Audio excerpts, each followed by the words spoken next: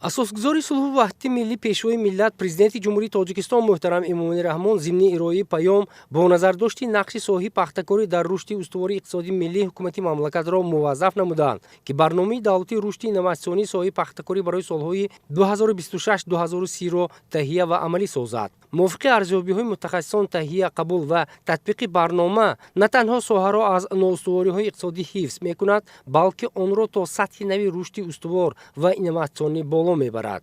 ду сол инҷониб дар вилояти мо усули инноватсионии кишти пунбадона зери навор дар тарҳи 66+, яъне 76 сантиметр ва 60 сантиметр ба роҳ монда шудааст. соли гузашта мо агар дар майдони наздик 300 гектар ин кишта гузаронда бошем, агар имсол наздик дар майдони зиёда аз 7000 гектар кишта шудааст, аз замон қариб зиёда аз 900 гектар ин зери плёнка. кишт бо воситаи механизмҳо гузаронда мешавад. баъд аз кишткардан бад ягона карда намешавад, чунки инҷа ҳамаш миқдори ниҳолҳо таъин, чигити парафтаги мо таъин. агар мо тарҳи 60 ба киш кунем, агар наздик 155-160 ҳазор гектар ба, агар мо тарҳи 76, яъне ду қатора кишти пахта гузаронем, агар мо метавонем то 240 ҳазор дар як гектар нигоҳ дорем. пахтаи бо усулҳои инноватсионӣ парвариш ёфта, ки дар дохили кишвар то марҳалаи баромадии маҳсулоти ниҳоӣ ба монанди ришта, мато ва либос коркард шуда, арзиши баландро дар иқтисодиёт бештар пайдо мекунад. аз ин рӯ ҳадафи асосии инноватсияҳо дар соҳаи пахтакории Тоҷикистон баландбардоштани ҳосилнокӣ, беҳтар намудани сифати маҳсулот, кам кардани хароҷот ва самаранок истифода бурдани захираҳо мебошад. дар самти кишоварзӣ усулҳои инноватсионӣ барои дучанд намудани ҳосил истифода бурда мешавад.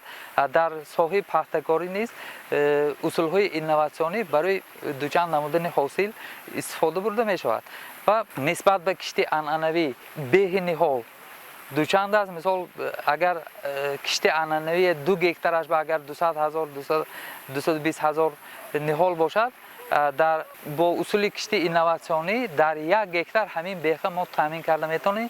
агар 8-10 адад кӯрак агар ҳаҷми нақс карда агар тайёр кунем, зиёда аз 60 сентинер ҳосил гирифта метавонем.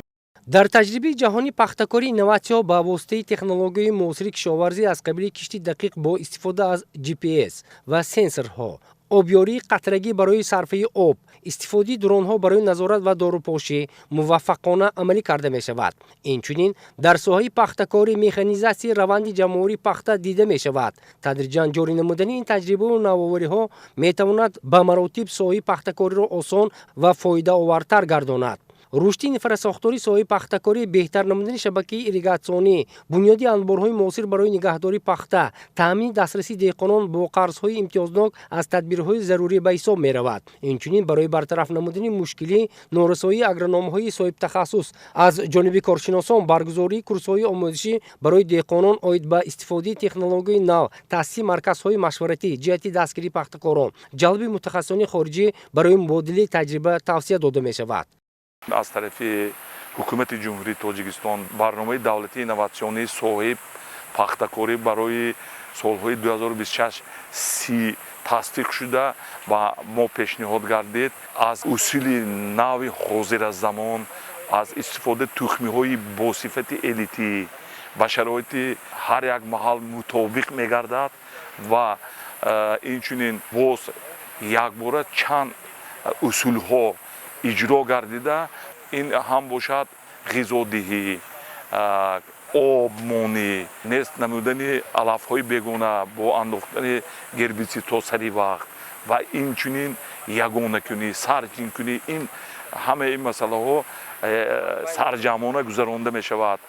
усулҳои зикр гардида ба афзоиши самаранокии иқтисодӣ, коҳиши хароҷот, афзоиши шуғлнокӣ, баландбардоштани сифати маҳсулот, таъмини ашёи хом барои саноат ва содирот мусоидат карда, дар бозорҳои ҷаҳонӣ рушди устувор ва рақобатпазирии маҳсулоти ватаниро таъмин менамояд.